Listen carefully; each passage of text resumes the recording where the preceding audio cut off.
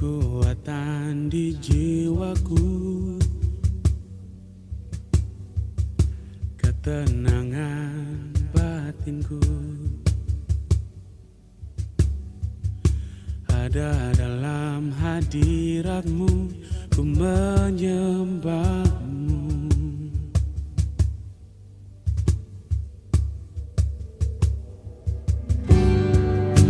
Bersungguhku di kakimu, rasakan hadiratmu. Takkan ku melepaskanmu, kau cahaya bagi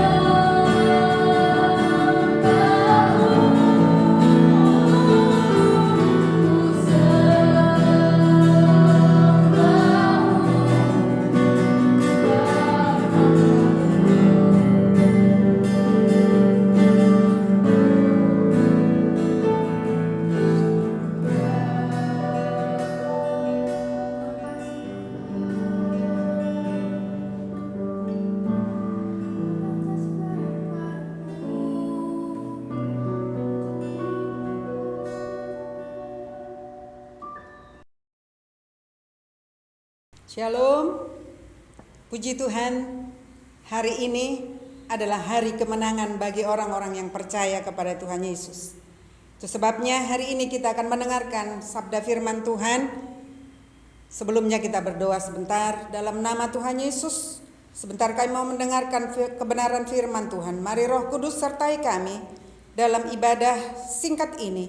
Melalui online ini, biarlah firman ini siapa saja yang mendengarkannya akan memperoleh berkat Tuhan yang luar biasa. Hidupnya berkemenangan di dalam nama Tuhan Yesus Kristus. Haleluya. Amin. Hari ini kita akan membaca firman Tuhan yang saya ambilkan di dalam Matius 28 ayat 10 sampai ayat 18. Demikian firman Tuhan.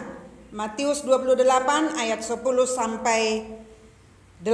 Saya singkat-singkat saja nanti. Maka kata Yesus kepada mereka, "Jangan takut, pergi dan katakanlah kepada saudara-saudaraku supaya mereka pergi ke Galilea, dan di sanalah mereka akan melihat aku." Yang saya garis bawahi adalah jangan takut. Orang yang percaya kepada Tuhan Yesus, orang yang mempercayakan hidupnya kepada Tuhan Yesus, pasti tidak akan mengalami ketakutan. Memang manusiawi, kalau kata orang dunia di luar Tuhan Yesus, orang berkata wajar hidup takut. Tetapi bagi orang Kristen, bagi orang yang percaya Tuhan Yesus, tidak ada ketakutan. Karena Yesus sendiri yang berkata, setelah Yesus bangkit dan dia berjumpa dengan para perempuan yang datang ke kubur, dia berkata di ayat 10 tadi, jangan takut. Puji Tuhan, Yesus sudah menang dari kematian. Yesus sudah bangkit ke surga. Naik ke surga untuk menyediakan tempat bagi orang-orang yang percaya kepada Tuhan Yesus. Itu sebabnya anak-anak Tuhan juga tidak boleh. Kita tidak boleh sama dengan dunia. Artinya bahwa kita tidak boleh dihantui oleh rasa takut. Kenapa kita orang Kristen rasa takut? Ada apa yang menghantui hidupmu? Ketakutan apa? Ketakutan masa depankah? Ketakutan jodohkah? Ketakutan tidak dapat pekerjaankah? Ada macam-macam ketakutan yang ditelurkan oleh iblis itu, yang disebarkan oleh iblis itu. Tapi ingatlah anak-anak Tuhan Yesus, orang-orang yang percaya Tuhan Yesus, murid-muridnya Tuhan Yesus, tidak boleh takut. Bukan Bu Rosmaida yang mengatakannya, tetapi Yesus, firman Tuhan berkata, jangan takut. Kalau saya baca firman Tuhan, ada 365 kali Yesus berkata kepada manusia. Firman Tuhan berkata kepada manusia, jangan takut. Artinya 365 setiap hari firman Allah mengingatkan kepada orang-orang yang percaya, jangan takut. Karena Yesus beserta kita. Yesus sudah menang dari maut. Yesus sudah mengalahkan iblis dan antek-anteknya. Yesus berkemenangan. Itu sebabnya orang-orang yang percaya kepada Tuhan Yesus tidak akan pernah dihantui ketakutan. Yesus sudah menang dan orang yang percaya kepada Tuhan Yesus berkemenangan. Amin. Berkemenangan. Ingatlah, apa yang berharga, paling berharga dalam hidup adalah nyawa. Yesus sudah memberi nyawanya untuk menebus hidup kita. Hidup yang kekal sudah disediakan Tuhan Yesus. Apalagi kebutuhan kita selama kita ada di dunia, Yesus sudah sediakan. Masa depanmu, masa depan yang penuh harapan. Yeremia 29 ayat 11. Masa depan anak-anak Tuhan yang percaya kepada Tuhan Yesus adalah masa depan yang penuh harapan. Imani, amini di dalam hidupmu bahwa Yesus menjamin masa depanmu. Jangan takut masa depan. Yesus menyediakannya. Dan yang kedua, hidup yang kekal sudah disediakan, keselamatan jiwa. Manusia tidak ada yang abadi, tidak ada hidup kekal. Firman Tuhan berkata paling lama hidup manusia itu 80. Kalau dia kuat itu sudah tinggal masalah bagi sebelahnya, bagi keluarganya. Tetapi paling lama 80. Dan kita akan berpisah dari tubuh ini. Tubuh akan kembali ke tanah. Dan roh kita akan kembali ke surga kepada pencipta yaitu Yesus Kristus. Dan dia sudah menyediakan tempat bagi roh kita, yaitu surga yang kekal. Jadi apa lagi yang harus kita takutkan? Ingatlah, berkemenanganlah di dalam Tuhan. Yesus tadi berkata, jangan takut. Yang kedua, dikatakan di sini segala kuasa. Kenapa kita tidak boleh takut? Yang kedua, ada kuasa. Kita baca pasal 28 ayat 18. Saya akan bacakan. Dia berkata begini, Yesus mendekati mereka dan berkata, kepadaku telah diberikan segala kuasa di surga dan di bumi. Yesus berkata kepada murid-muridnya, jangan takut. Karena apa? Yang kedua, ada kuasa yang sudah diberikan Yesus bagi orang yang percaya kepadanya. Jadi kita tidak perlu takut dalam hidup ini. Apa yang kita tidak takutkan?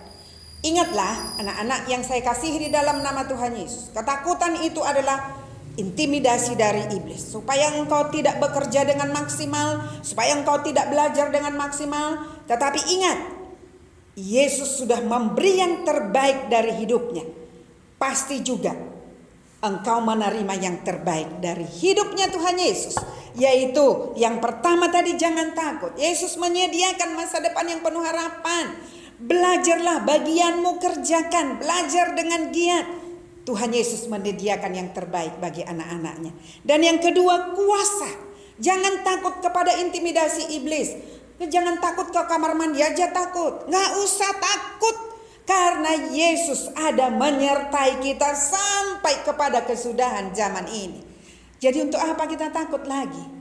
Ada kemenangan demi kemenangan yang diberikan oleh Tuhan Yesus kepada orang-orang yang menyerahkan hidupnya sepenuhnya kepada pimpinan Tuhan Yesus. Anak-anak yang saya kasih di dalam nama Tuhan Yesus, saudara yang saya kasih di dalam nama Tuhan Yesus, firman Tuhan hari ini hanya 2 saja yang saya berikan bagiannya, yaitu yang pertama jangan takut, dan yang kedua ingat, engkau punya kuasa untuk meraih masa depan yang penuh harapan.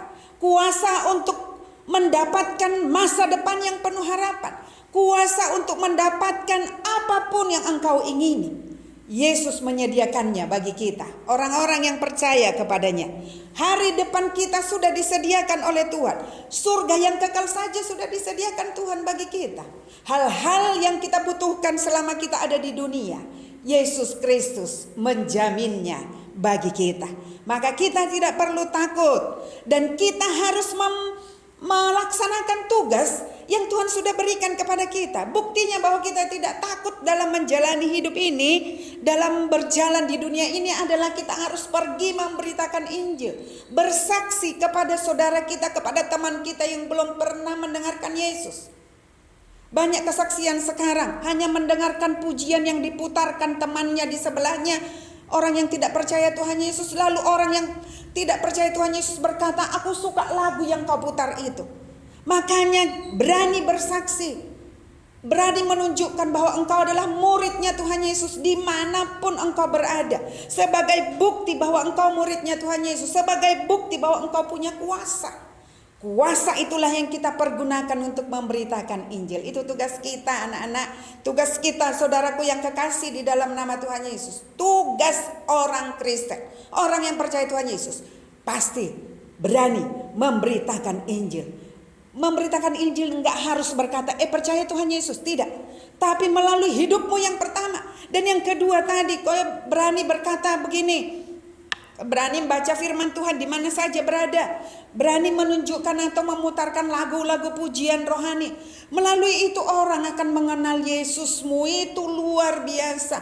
Melalui itu orang akan mengenal Yesusmu itu punya kuasa. Dan engkau juga punya kuasa. Semua kuasa di dunia sudah ditaklukkan oleh Yesus di bawah kakinya. Dan orang yang percaya kepada Yesus juga, kuasa-kuasa dunia sudah ada di bawah telapak kaki kita. Orang-orang yang percaya kepada Tuhan Yesus. Orang yang percaya kepada Tuhan Yesus memiliki perubahan hidup sebagai bukti bahwa dia sudah diselamatkan. Sebagai bukti bahwa dia adalah anak-anaknya Tuhan Yesus, murid-muridnya Tuhan Yesus. Orang yang memberitakan Injil ini, orang yang berani memberitakan Injil ini akan diperlengkapi dengan kuasa Tuhan Yesus, yaitu kuasa Roh Kudus. Kita lihat di Kisah Rasul pasal 2 ayat 41 sampai 47 adalah bukti bahwa benar Yesus memakai mereka dengan luar biasa. Murid-murid itu dipakai dengan luar biasa dalam mereka memberitakan Injil Tuhan Yesus. Tadi saya katakan bukti bahwa kita tidak takut adalah yang kedua tadi, kita harus memberitakan Injil. Memberitakan Injil ini jangan berkata terima Tuhan Yesus, bukan. Tapi yang pertama tadi melalui hidup kita, dan kita menunjukkan identitas kita melalui mungkin sosmed. Kita memberitakan firman melalui sosmed kita, dan melaluinya Tuhan akan memakai itu dengan kuasa otoritas yang diberikan Tuhan Yesus kepada kita. Saya akan baca sedikit di dalam Markus 16. Markus 16 ayat 16 sampai 18. Demikian firman Tuhan. Siapa yang percaya dan dibaptis akan diselamatkan, tetapi siapa yang tidak percaya akan dihukum. Tanda-tanda ini akan menyertai orang-orang yang percaya. Mereka akan mengusir setan demi namaku. Mereka akan berbicara dalam bahasa-bahasa yang baru bagi mereka. Mereka akan memegang ular, dan sekalipun mereka minum racun maut, mereka tidak akan mendapat celaka. Mereka akan meletakkan tangannya atas orang sakit, dan orang itu akan sembuh. Itulah kuasa yang diberikan oleh Tuhan Yesus bagi orang yang mau memberitakan Injil. Kuasa ini akan diberikan kepada kita. Maka anak-anak yang saya kasihi di dalam nama Tuhan Yesus, ayo kita bergerak, beritakan Injil. Kedatangan Tuhan Yesus sudah tidak lama lagi, yang kedua kali. Makanya kita harus mempersiapkan diri kita, mempersiapkan keluarga kita, mempersiapkan teman-teman kita, mempersiapkan orang-orang di sekeliling kita, untuk mereka juga masuk bersama-sama kita kepada kerajaan surga yang kekal. Inilah firman Tuhan, anak-anak yang saya kasihi. Jangan pernah takut dalam hidupmu. Yesus berkata, begitu dia bangkit, dia berkata kepada perempuan-perempuan yang datang ke kubur itu, jangan takut. Masa depanmu, masa depan yang sudah dijamin oleh Tuhan Yesus. Ini bukan hanya omong kosong. Bros itu hanya biasa-biasa saja. Tapi Tuhan menyediakan masa depan yang luar biasa bagi anak-anak yang setia, bagi anak-anak yang mau melekat kepada Tuhan. Dan yang kedua, beritakan Injil. Buktinya bahwa kita tidak takut. Beritakan Injil. Jangan takut untuk memberitakan Injil, tapi beritakan Injil. Demikian firman Tuhan pagi hari ini. Biarlah ini menjadi kekuatan iman untuk engkau meraih masa depan, untuk engkau bekerja bagi pekerjaan Tuhan. Lakukan ini dengan senang hati. Maka Tuhan akan menyertai engkau dengan tanda-tanda mujizat tadi, seperti Markus 16 ayat 18 tadi. Tanda-tanda mujizat menyertai engkau. Amin. Demikian firman Tuhan. Kita berdoa. Terima kasih Tuhan Yesus buat firman-Mu yang luar biasa. Terima kasih Tuhan, kami mau menjadi pelaku-pelaku firman Tuhan. Kami tidak mau takut lagi, dan kami tidak mau diintimidasi oleh iblis. Tetapi kami mau berkemenangan di dalam hidup kami. Dan kami juga mau memberitakan Injil-Mu sebagai bukti bahwa kami tidak takut. Tetapi kami akan memberitakan Injil, baik melalui hidup kami, baik melalui sosmed kami. Kami akan pergunakan itu untuk memberitakan Injil Yesus. Terima kasih Tuhan, berkati anak-anak, berkati masa depan mereka, baik yang sudah lulus maupun kelas 10-11 yang akan ikut ujian kenaikan kelas. Tuhan memberkati mereka, Tuhan menolong mereka, masa depan mereka, masa depan yang penuh harapan. Demi nama Tuhan Yesus Kristus, kami berdoa dan mengucap syukur. Haleluya, haleluya, amin.